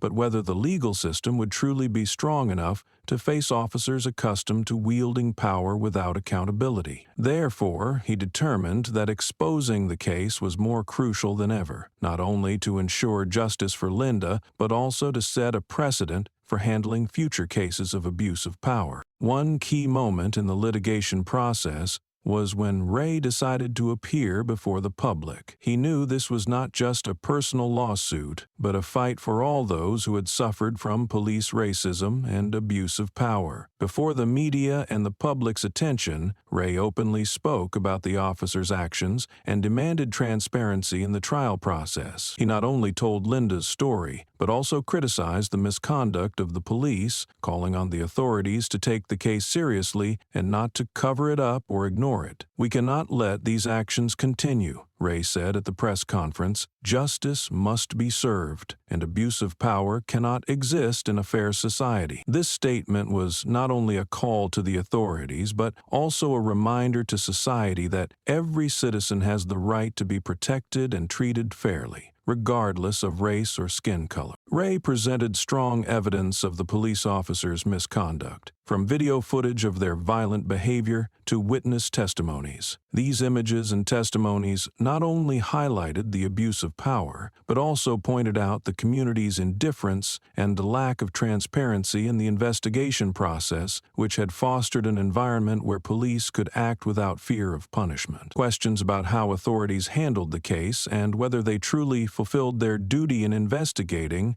began to grow louder. Ray understood that only when the full truth was revealed could real change occur. He was determined not just to fight for Linda, but for all those who had been overlooked and denied their rights because of the color of their skin. When Ray Matthews and his family officially expanded the lawsuit, civil rights and human rights organizations quickly sided with them. Not only did these organizations provide legal support, but they also began launching large campaigns to garner community support. Each campaign and meeting called on people to join the fight against racism and abuse of power within the police force. Organizations like Black Lives Matter, ACLU, and other civil rights groups spoke out strongly. They recognized that this lawsuit was not just Linda's story, but a matter for anyone who has faced injustice in society. They not only supported Linda, but also sought ways to mobilize participation, creating a powerful wave of opposition demanding reform in the police force. These advocacy campaigns were developed not just through protests, but also via social media platforms, media outlets, and public dialogues. The involvement of human rights organizations created a strong bond between Linda's family and the community. They were no longer alone in this fight. With support from ordinary citizens to large organizations, Linda's family felt that they were not just fighting for themselves, but for those who had not had the chance to stand up. The campaigns calling for reform and pushing for greater transparency within the police force grew stronger, with thousands of supporters joining in. They began to create an open dialogue on how police officers are trained and monitored, demanding measures to ensure that police actions would no longer be hidden or overlooked. These discussions not only focused on criticism, but also proposed specific solutions for reforming the police force, advancing a more just justice system. The involvement of organizations and the community extended beyond protests and meetings to social media platforms. Posts, videos, and online discussions helped spread the message of this fight to every corner of society. This event became a battle for justice, not just for Linda, but for all those oppressed and abused by power. Their struggle was not only about seeking justice for one individual, but also about calling for change within the police system, where power had been abused for far too long. Meanwhile, society began to realize that this lawsuit was no longer just a family story, but the fight of the entire community. Protests, public discussions, and advocacy campaigns created a large wave against racism and abuse of power. The people participating in the protests represented not just Linda's family, but everyone affected by injustice in society. The community began to feel the significance of this change. Each march was not just a protest, but a strong call for a truly just justice system. People started to clearly understand that wrongful actions could no longer be protected, and pushing for police reform had become an urgent need. Tension in society began to rise as citizens and civil rights organizations continued to pressure authorities to act. The community could no longer sit idly by while wrongful acts in the police force persisted without serious consequences. The sense that justice could be served started to grow in society, but there was also the realization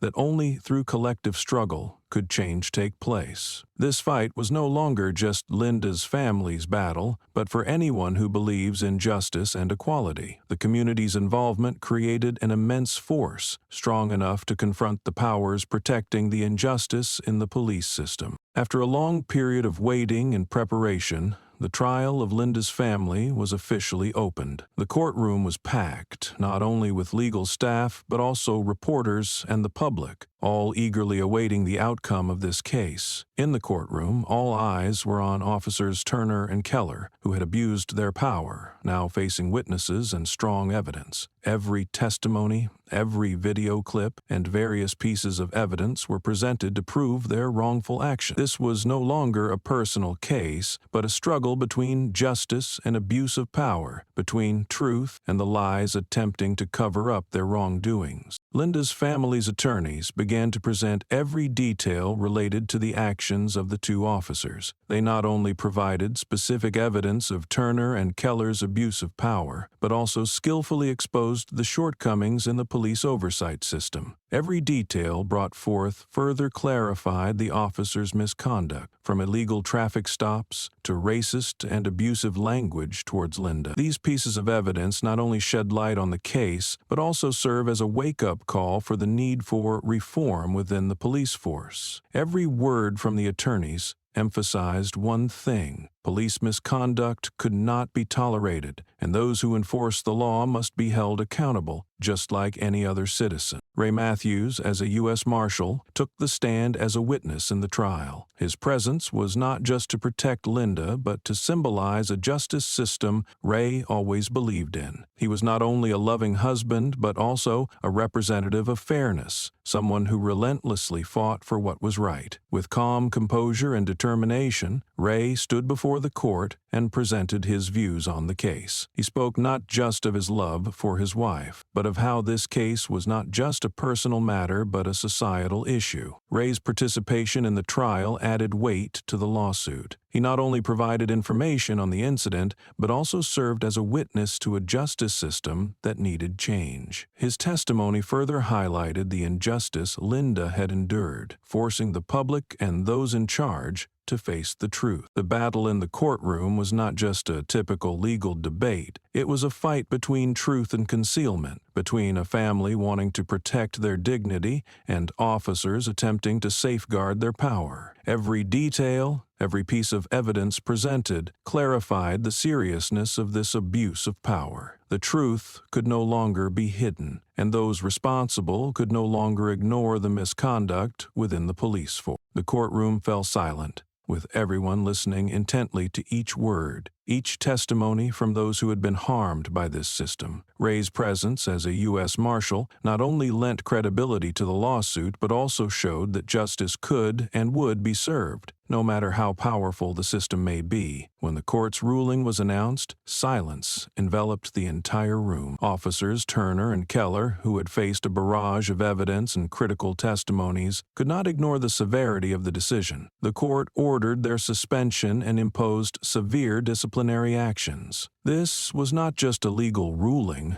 but a victory for justice in the face of a police system that had long been criticized for its abuses of power and lack of transparency. The misconduct of Turner and Keller, though carried out in a space of authority, could no longer be protected. This decision not only clarified the truth about what happened to Linda, but also served as a powerful reminder of citizens' rights and the responsibilities of law enforcement. The suspension and disciplinary action against the officers were signs that the justice system would not tolerate wrongdoing, no matter who the offenders were. However, this ruling was not easily accepted by everyone within the police force. Some officers and officials within the department, who had grown accustomed to protecting each other and covering up wrongdoings, saw this as a major loss. They could not accept that officers like Turner and Keller, who were once viewed as powerful and respected within the department, would face punishment under the law. These individuals felt that the court's ruling could weaken the police force's credibility and set a precedent for attacks on the legitimacy of law enforcement. Some even believed that this decision would erode public trust in the police, making it harder for law enforcement to do their jobs. This resistance reflected a deep division within the police force, where a significant portion felt uneasy about the upcoming changes. For those who had suffered from discrimination and abuse of power in society, however, the court's ruling brought renewed hope.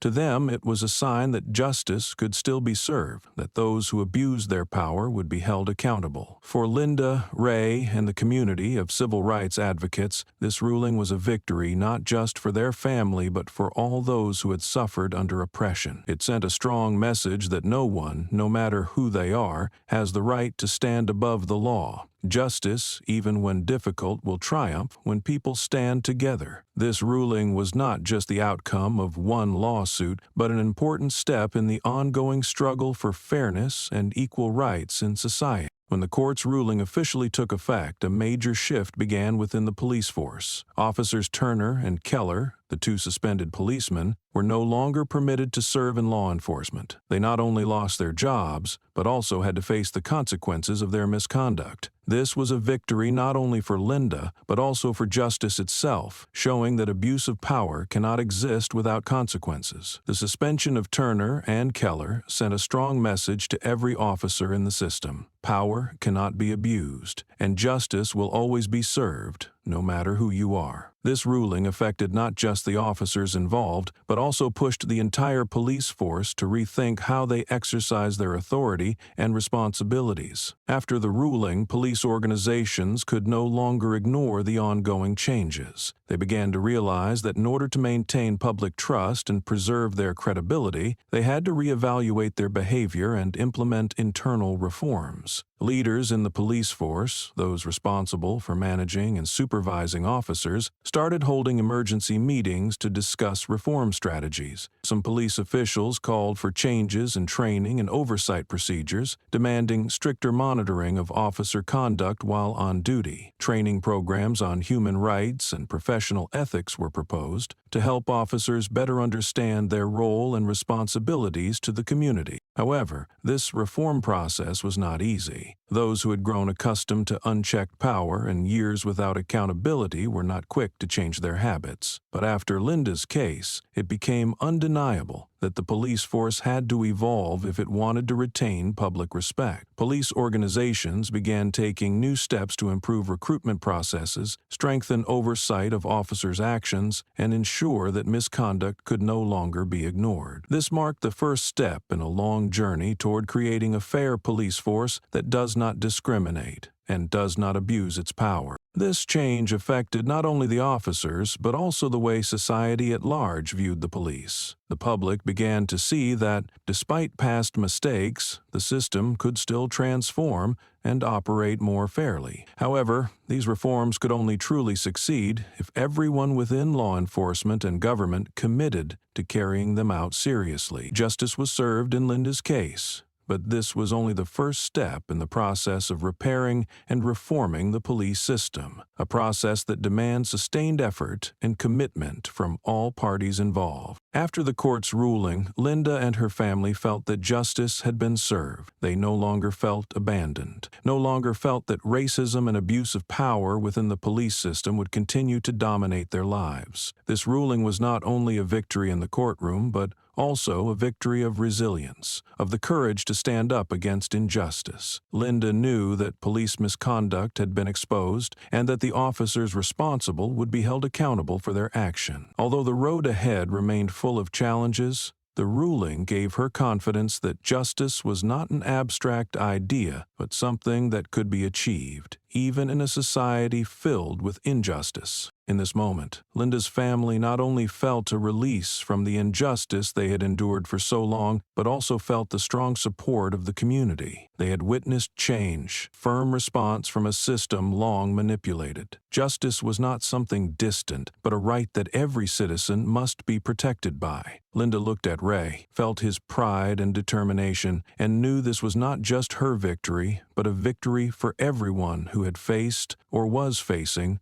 racism and abuse of power. This was a moment they could be proud of, for standing up, for refusing to stay silent in the face of oppression, for proving that no one is above consequences when they do wrong. The response from the community and civil rights organizations was just as powerful. Immediately after the ruling was announced, human rights groups and civil rights organizations quickly spoke out, calling for a full-scale reform of the police system. They not only congratulated Linda's family on their victory, but also emphasized that this was the first step in a long struggle to eliminate racism within law enforcement. Organizations like Black Lives Matter, the ACLU, and many other civil rights groups used this victory as a symbol of progress and saw it as a strong signal to push for greater reform in how policing is carried out. The community, from protesters in the streets to supporters on social media, recognized this as a sign of meaningful change not only within the police force, but also in how society confronts issues of racial injustice and fairness. Calls for reform continued to echo through community meetings, online discussions, and public marches.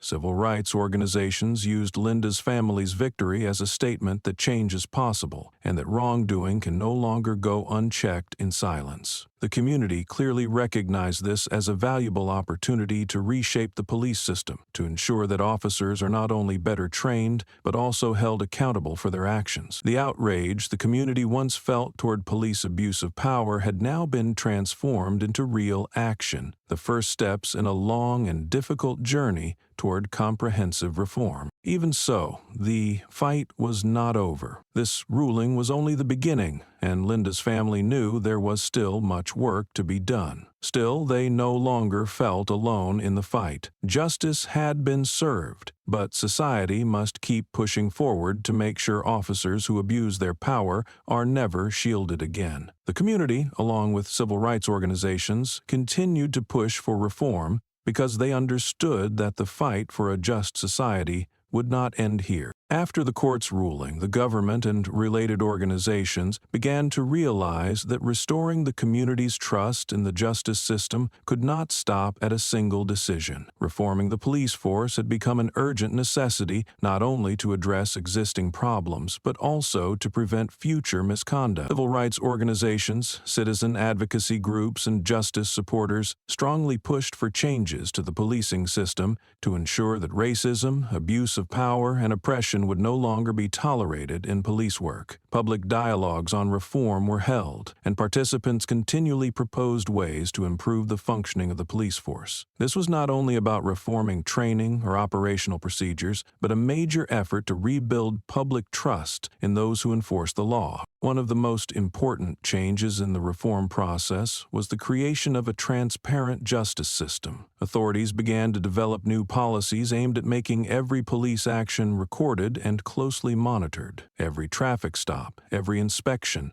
and every interaction between police and civilians had to be clearly documented, with nothing omitted or altered. This new oversight system was designed to protect citizens' rights and ensure that officers could no longer act without being held accountable by the public and independent bodies. This strict supervision served not only to protect civilians, but also to enable officers to carry out their duties in a transparent and responsible environment. Independent oversight organizations, free from government interference, would be responsible for monitoring police activities. These organizations would have access to data on traffic stops, incidents during duty, and would evaluate police conduct based on clear and fair standards. Any misconduct, if it occurred, would be quickly identified and addressed. This was a major step in rebuilding a justice system where citizens feel protected and respected, and where police must work under scrutiny to ensure that everyone's rights are safeguarded. Although this process would face many challenges, it was a necessary step to ensure that justice is truly enforced, and that no one, whether officer or civilian, can escape oversight and accountability. This reform introduced a police system capable of self-reflection and behavioral correction, helping restore public trust and moving toward a more just society.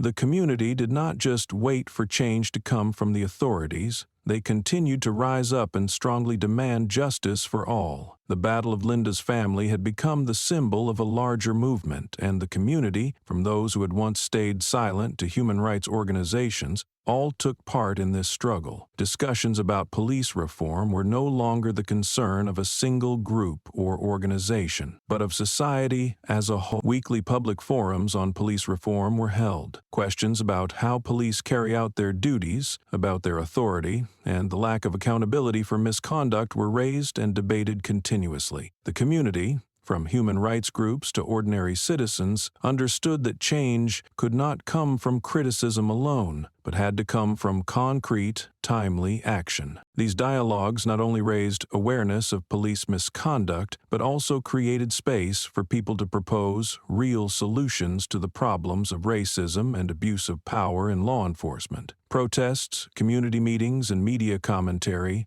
all fueled the urgent call for reform, not only targeting individual officers, but also the systems that oversee and manage the police. The community began rethinking the role of police in society and how they must serve all citizens fairly and without discrimination. The weekly discussions not only helped sustain the community's momentum, but also built a platform for people to speak up together and push for change. The truth of the injustice endured by Linda and others who had been oppressed could not be forgotten. Those who joined this fight, who stood up for justice, continued to press forward not just for one family, but for a more just society. They knew this struggle would not end in a day or with one trial, but would be a long, ongoing journey. Although the court's ruling was a major victory, they understood that real change had to happen throughout the entire police system, in the way the force carries out justice and protects the rights of all people. The truth about racial bias in policing, about systemic abuse, could no longer be ignored. This fight was no longer just Linda's story, but the story of millions of others struggling for their basic rights. That is why those involved in this fight kept going, kept speaking out, and kept pressing for reform in law enforcement. The truth about injustice, about racism and abuse of power, would not be forgotten. The community knew that only by standing together, only when justice is carried out fairly and transparently, could society move toward a future free from discrimination and oppression. The protests, the calls for reform, and the community's actions would not stop until justice was truly done and injustice no longer had a place in this society. The story of Linda and Ray Matthews did not end as a shocking event in society, but became a valuable lesson for future generations. When justice was served in their case, human rights advocates recognized it as a pivotal moment, proof that injustice can be overturned and that persistence and courage can lead to real change. Their story began to be taught in schools, shared in community organizations, and discussed in public forums. Teachers started incorporating lessons from the case into their curricula, helping students understand that justice is not always easily achieved, but when people stand up for fairness, they can change an entire system. Stories about fighting for rights and respect became part of educating the younger generation, helping them better understand the social issues they will face in the future. Beyond classrooms, this story was widely shared in community organizations where adults and civil rights groups discussed the societal changes still needed. These groups used the story of Linda and Ray to inspire and encourage young people to join the fight for justice. Workshops and talks on civil rights began to appear, where those who had lived through struggles like Linda's shared their experiences and lessons with the younger generation. The story was not just a reminder of what had happened,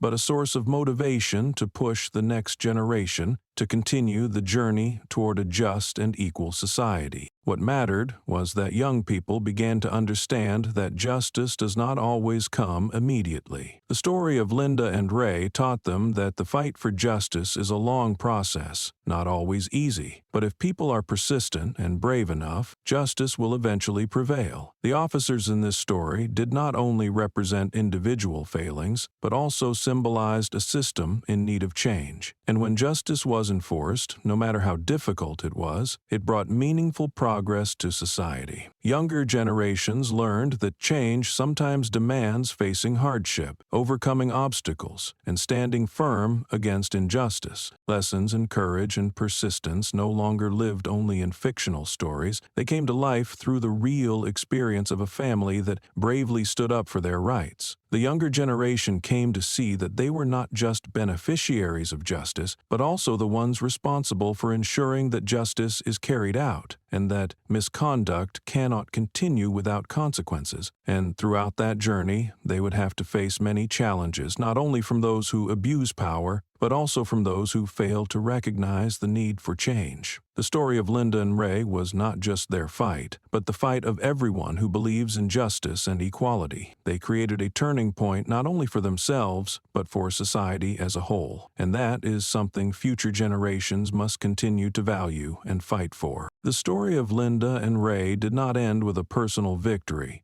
but became a legacy of justice, a profound lesson for social activists and civil rights advocates. Linda and Ray became symbols of persistence and courage, and their actions continue to inspire many others in the fight for justice and equality. As their story is passed down through generations, they are no longer seen as just ordinary individuals, but as pioneers in the struggle against racism and abuse of power. Their image is etched into the community's collective memory, serving as a shining example that justice can prevail, that one individual, no matter who they are, can change an entire system. Human rights defenders and social activists have drawn strength from Linda and Ray's story, to continue their work in reforming society, transforming policing, and driving meaningful change. Their story is not only a model for activists, but also a reminder for anyone seeking justice in an unjust society. They made people realize that every action, no matter how small, can lead to great change. By standing up to injustice and abuse, Linda and Ray proved that the strength of one person can impact an entire system, and every fight for justice, no matter how difficult, will eventually lead to results. They became a beacon for those who want to reshape society, for those who no longer wish to live in a world where racism and abuse of power are accepted as normal.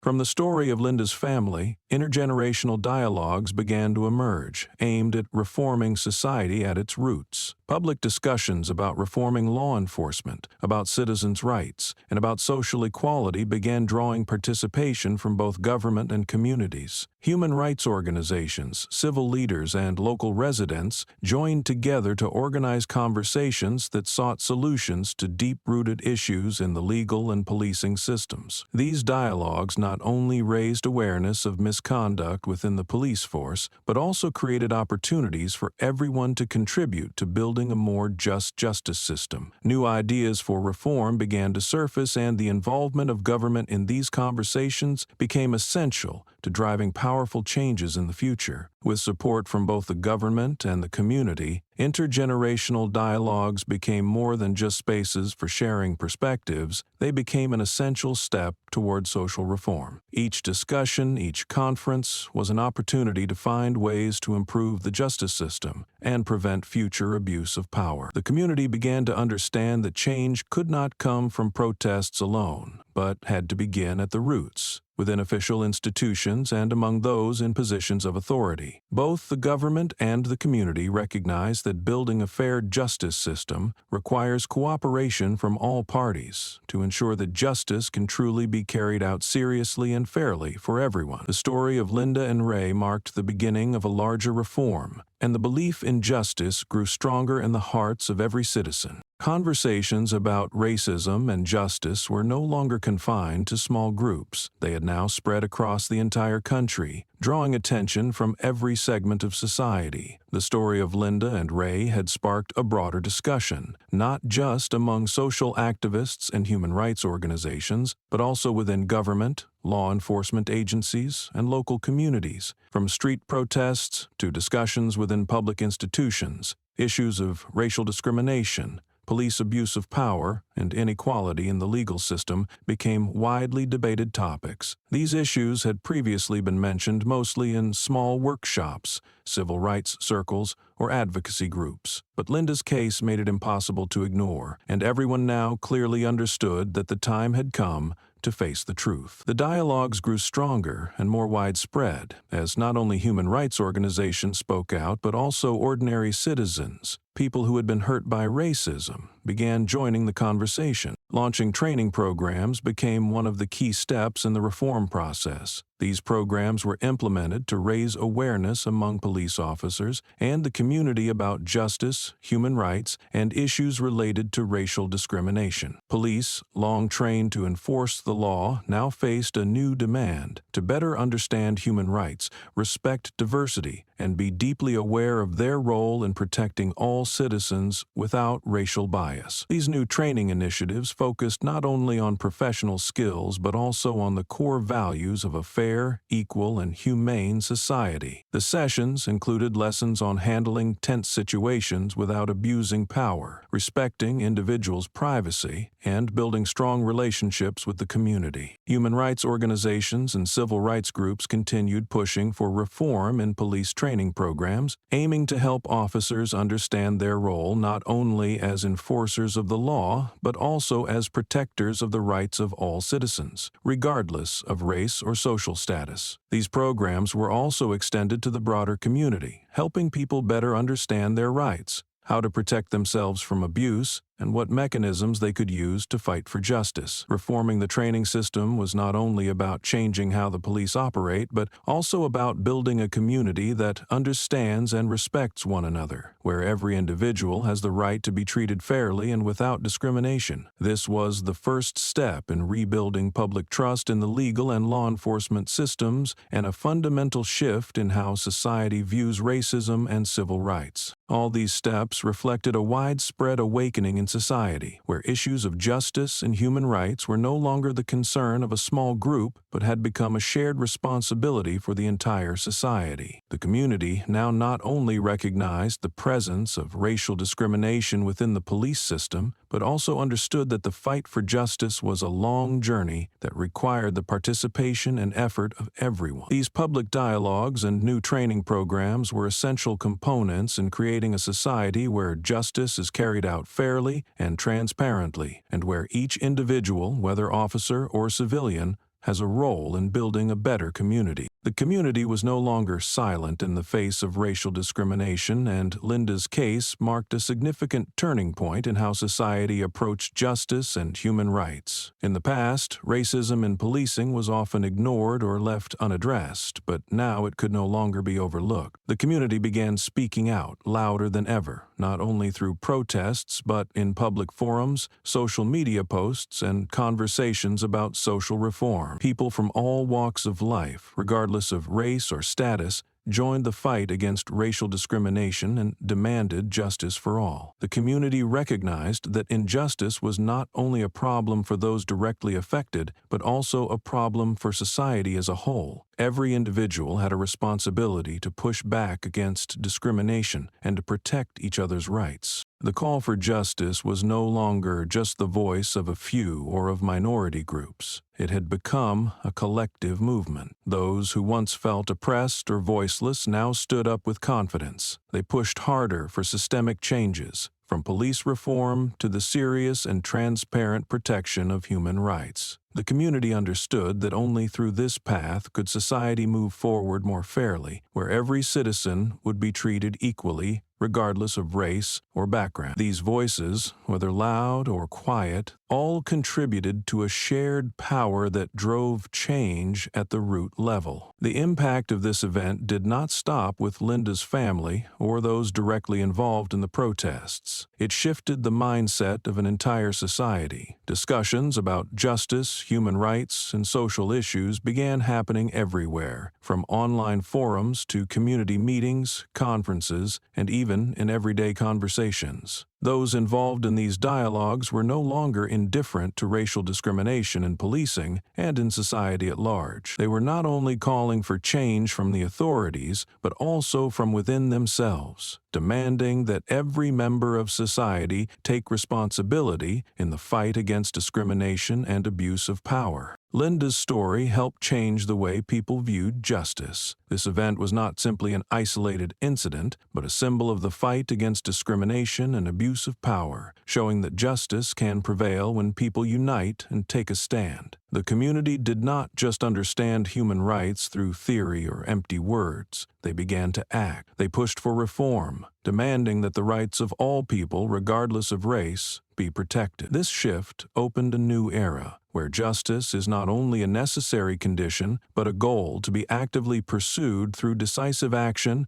and meaningful reform in society. The protests, public discussions, and reform campaigns were clear signs that the community was not only aware of injustice, but committed to making lasting change. This event became a collective awakening, where people understood that defending human rights is not just the job of organizations or government agencies, but a shared responsibility for everyone. Every action, every voice helped build a fairer society, and what Linda and Ray did not only transform their own lives, but also helped reshape the society around them. Looking back at everything that had happened, Ray and Linda felt proud of what they had accomplished. Though the road ahead still held many challenges, they could not help feel proud for not giving up, for standing up in the face of injustice. The change they brought about was not just about winning a lawsuit, but a powerful push in the long fight to protect justice and human rights. As they witnessed the results of all their effort and persistence, Ray and Linda understood that change sometimes takes time and strength, but they had proven that ordinary people can make a difference. Justice is not always easy to achieve, and they had faced many obstacles to reach this point. Yet with all they had achieved, they knew that justice can be enforced if we stay determined and continue to fight for it. Although they had gone through difficult moments, an important part of their journey was how they taught their child about fairness. Linda and Ray taught Ava not only about the values of an equal society, but also about the importance of standing up when facing injustice. They understood that their child's future would not just depend on the changes they had already made, but on how the next generation would continue and grow those values. Linda and Ray taught Ava that justice is not always easily won, but if people are strong and brave enough, it will prevail. In hearing the stories of her mother and father's fight, Ava began to understand that society cannot be changed by one person alone, but through unity and the efforts of an entire community. They encouraged Ava to always stand on the side of truth and justice even when faced with difficulty or hardship. In each story, Ray and Linda passed down a critical lesson to their daughter. Even if the world can be unfair, we must never turn away from injustice. The younger generation must understand that even in the face of discrimination or abuse of power, they can still change the world if they fight for what is right. Only after the world presents to us the gift of freedom will we only take advantage of the power that has been granted to us. Justice is a process, not something that can be achieved instantly, but with persistence and resolve, fairness will ultimately prevail. Both Linda and Ray recognized that their journey was not just a family story, but part of a broader social struggle. Their story had become an essential piece of the larger fight for a more just world, where every person has the right to be protected and treated with dignity. Throughout that journey, they not only stood for what was right for themselves, but also shaped a future their child could proudly live in. What they did was not only for Ava, but for all future generations, so they could live in a society without discrimination, where justice is not a distant idea,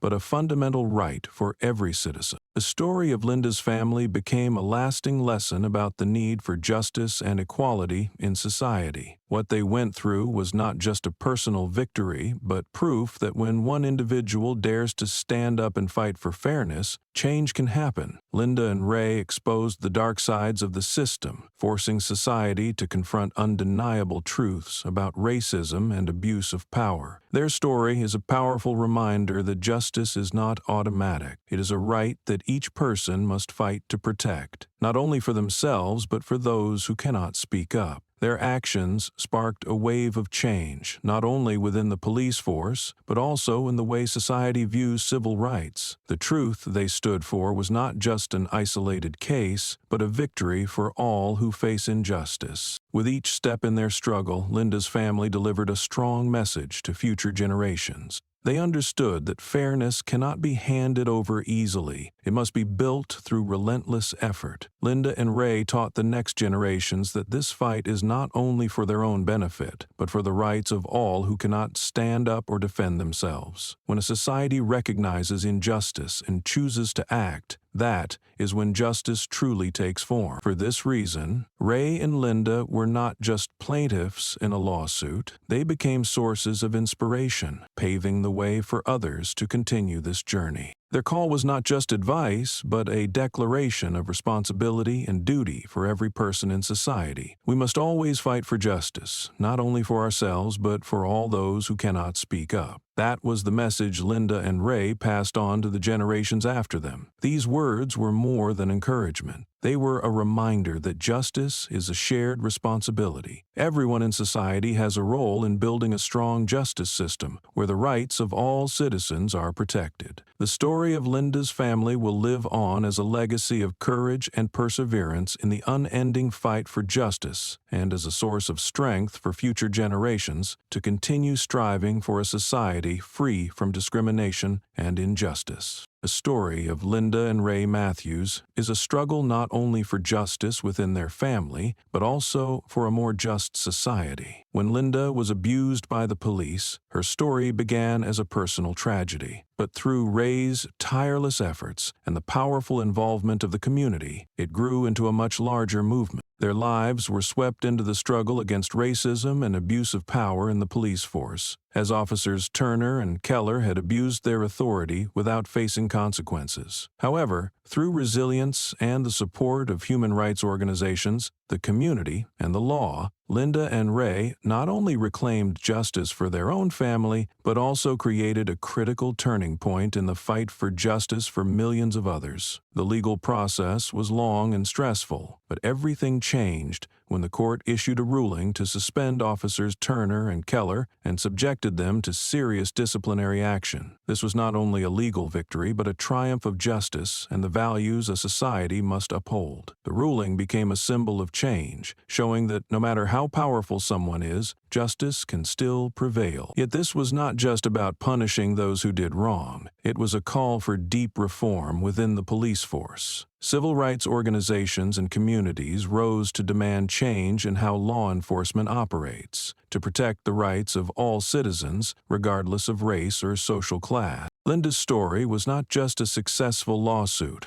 but a powerful source of inspiration for everyone fighting for human rights. It served as a reminder that injustice cannot be allowed to persist, and that each individual has the ability to change the system, no matter how vast and entrenched it may be. Linda and Ray passed on a valuable lesson to the next generation about perseverance, courage, and the importance of defending justice not just for themselves, but for those who cannot speak out. They taught us that justice is not always easy to obtain, but it will prevail if we are brave enough to stand up, despite all obstacles. The community had awakened, and this sparked a broad dialogue on police reform and social equality. The involvement of human rights organizations, civil liberties groups, and everyday people created a strong, unified force that pushed for reform and change. Linda's story was not just a legal victory. It marked the beginning of a long and determined fight to build a just society, where everyone is treated equally and not judged by skin color, class, or gender. This change could not stop at a court ruling. It had to continue as a full-scale reform